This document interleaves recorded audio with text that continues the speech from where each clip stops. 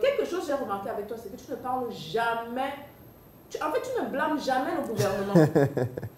Je n'ai jamais vu une vidéo où Claudette dit que oh, on doit, le gouvernement n'a pas fait ci de bien, n'a pas fait ci de ceci, il faut virer tel, il faut virer tel, il faut virer tel. Pourquoi? Pourquoi tu n'es pas dans ce genre de discours? Ça, c'est une Dans ce question. genre de bavardage. C'est une question qui mérite un prix Nobel. Il faut que les Africains commencent à s'intéresser au prix Nobel et aux brevets. Parce qu'on doit aussi avoir des brevets. On ne peut pas tout le temps utiliser ce que les autres font et être content que le téléphone, c'est bien. Non, on doit aussi créer nos brevets. En fait, il y a un de mes livres dans lequel je parle du cerveau orienté problème et du cerveau orienté solution. D'ailleurs, c'est mon 5e livre qui s'appelle « Les 100 idées de projet à débuter sans financement ». Et dans ce livre, je parle donc de ces deux notions. Il y a deux catégories de personnes. Il y a des personnes qui ont le cerveau orienté problème et il y a des personnes qui ont le cerveau orienté solution. Je vais commencer par ceux ayant le cerveau orienté problème. Ce sont des personnes qui vont identifier un problème, décrire le problème, attribuer la responsabilité du problème à quelqu'un d'autre de façon permanente et ainsi justifier leur médiocrité. C'est quelqu'un qui va passer dans la rue, il va voir les ordures, il va dire vraiment cette rue est sale, ce quartier est sale, c'est à cause du maire qui a les ordures ici, on doit le virer et de toutes les façons, on doit virer tous ceux qui sont au gouvernement parce qu'ils ne font pas leur travail, les rues sont sales. Ça, c'est des personnes qui ont le cerveau orienté problème. Ils ont raison de penser ainsi. Parce qu'effectivement, il y a une responsabilité directe des personnes qui nous dirigent, qui fait en sorte qu'on se retrouve avec des rues qui sont sales. Ça, c'est réel. Donc, je ne peux pas leur en vouloir. Donc, ils ont tout à fait raison de penser que la rue est sale, puisque ça se voit, et qu'il y a quelqu'un qui est directement responsable, qui est le responsable de la ville, si c'est un maire, ou si c'est le président qui est responsable du pays. Donc, ils ont raison de penser ainsi, et ils sont dans la catégorie de ceux que j'appelle le cerveau orienté problème. Maintenant, il y a une deuxième catégorie de personnes. Ce sont les personnes qui ont le cerveau orienté solution. C'est des personnes qui vont venir dans la même ruelle, qui vont voir la poubelle et trouver qu'effectivement la rue est sale, mais qui, au lieu d'attribuer la responsabilité à quelqu'un d'autre, vont se poser plutôt une autre question. Comment je fais pour gagner de l'argent avec cette poubelle? Et directement, ils vont mettre sur pied des solutions. Ils vont peut-être passer par des solutions de recyclage. Ils vont peut-être, par exemple, passer par des solutions en amont ou en aval. En amont, ça veut dire, je m'en vais dans les ménages, je leur propose de venir prendre leurs ordures et d'aller les vider et ils me payent. Ou alors, je les prends gratuitement pour les transformer et utiliser les données qui correspondent à leurs ordures pour leur proposer des produits personnalisés. Ou alors, je vais me charger juste de ramasser les ordures qui sont déjà dans la rue, comme par exemple des déchets plastiques pour les transformer en pavés, en tuiles ou en tout autre objet de transformation. Si c'est peut-être des déchets organiques en charbon écologique, en biogaz, biodiesel, etc. et pouvoir vendre ces produits. Vous voyez qu'on a deux catégories de personnes. On a une catégorie de ceux qui vont se plaindre à longueur de journée et dire que c'est tel, on doit le virer, il doit partir. Et une autre catégorie qui utilise le problème pour gagner de l'argent ou qui utilise le problème pour proposer une solution et vendre la solution à ceux qui passent le temps à se plaindre. Donc, dans notre société, dont nous avons deux catégories de personnes, et moi, je fais partie de la catégorie de ceux qui ont le cerveau orienté solution. Et c'est ça l'entrepreneuriat. Parce que problème égale opportunité d'affaires en entrepreneuriat. Donc, moi, je suis content qu'il y ait des problèmes au Cameroun, qu'il y ait des problèmes en Afrique, parce qu'en fait, c'est autant d'opportunités pour que nous puissions gagner autant d'argent et vouloir aussi aller conquérir peut-être la planète Vénus, comme Elon Musk a pris Mars. Donc, c'est pour dire quoi? C'est pour dire que je n'ai pas du temps à critiquer les gens à longueur de journée. Ça ne fait pas partie de ma mission. Ma mission, c'est d'identifier pourquoi on les critique, d'identifier les problèmes qui poussent à ce qu'on les critique, de proposer des solutions qui vont permettre de faire en sorte que le problème pour lequel on les critique soit résolu et que je vende ces solutions et je gagne de l'argent. Là, vous restez critiqué, moi, je gagne de l'argent. Pour moi, c'est plus pertinent. Donc, critiquer ne donne pas l'argent. Non, je préfère laisser ceux qui critiquent critiquer. Parce que peut-être c'est aussi leur métier. Parce que si quelqu'un est peut-être un opposant, bon, il se nourrit de critiquer les autres et de prouver que lui, il a la meilleure solution, peut-être. Ça, c'est son métier. Il passe à longueur de journée dans les médias. Moi, à longueur de journée, je réfléchis comment devenir milliardaire en euros. Ça, c'est ça qui me préoccupe. Donc, je ne peux pas être en train de réfléchir sur tel doit partir, machin. Non, ça ne m'intéresse pas parce que ça ne fait pas partie de mon métier. Ça, c'est leur métier. Maintenant, ce qu'il faut aussi préciser, c'est le gouvernement, c'est qui? C'est aussi une question qu'il faut se poser.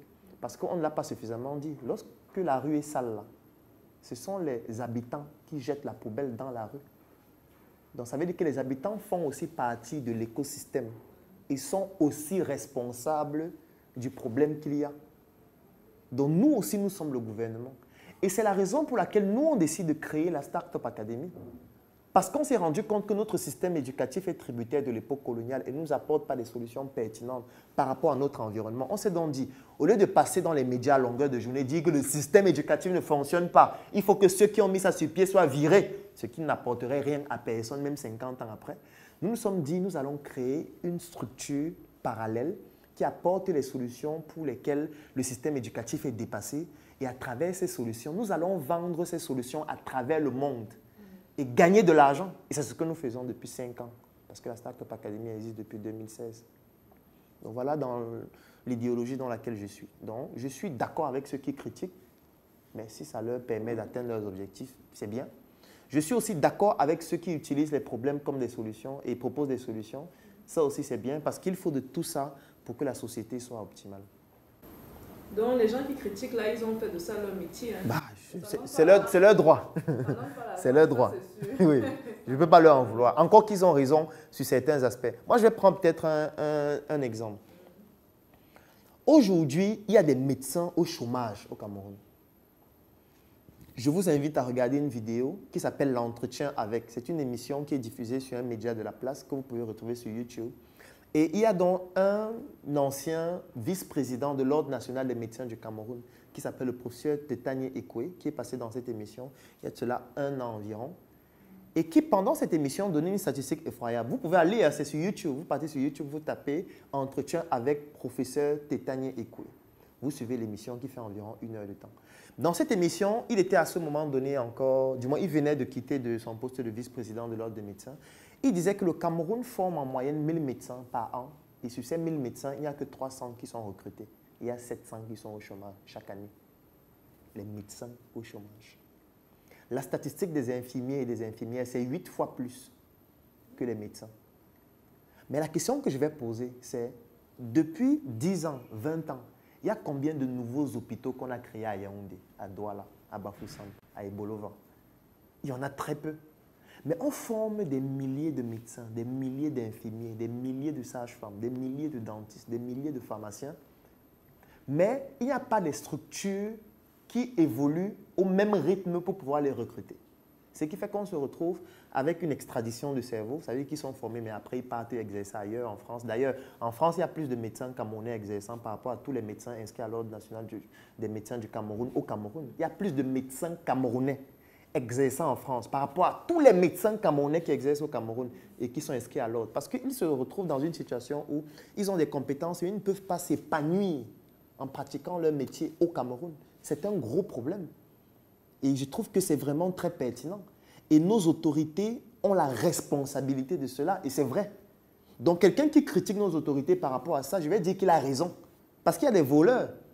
Il y a des gens qui détournent les biens publics. Il y a des gens qui détournent des fonds. C'est un fait, ce n'est pas moi. La preuve, c'est que certains sont en prison.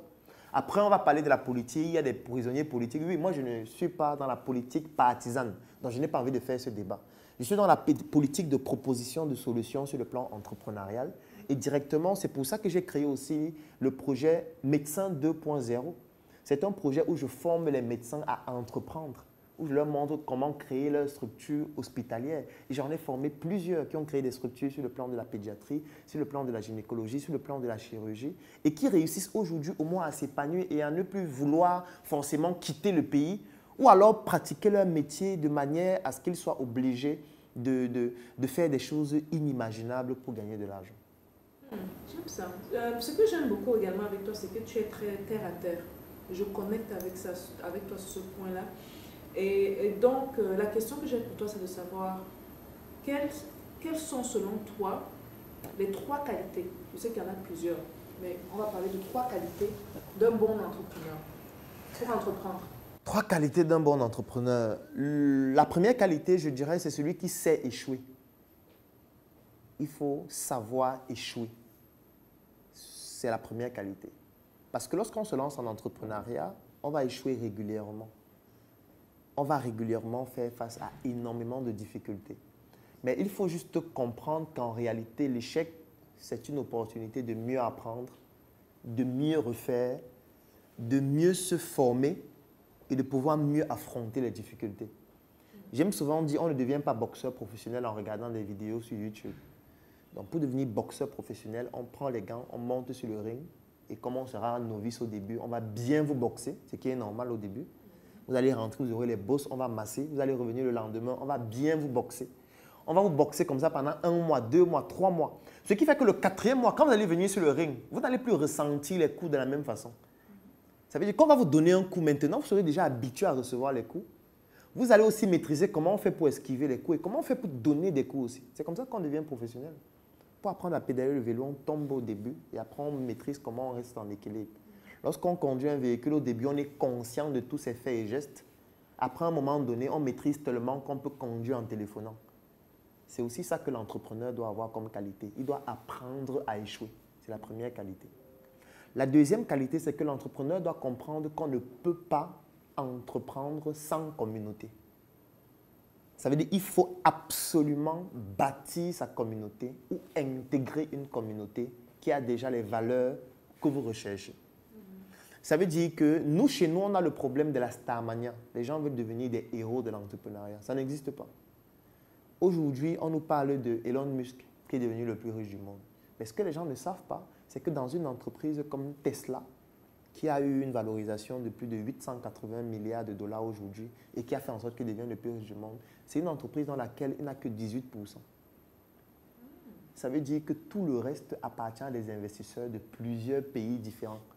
C'est que quand vous voyez en fait une voiture Tesla, c'est plusieurs millions d'investisseurs de plusieurs pays différents qui ont mis leur argent ensemble pour faire une seule voiture dans laquelle le fondateur qui est devenu le plus riche du monde n'a que 18%.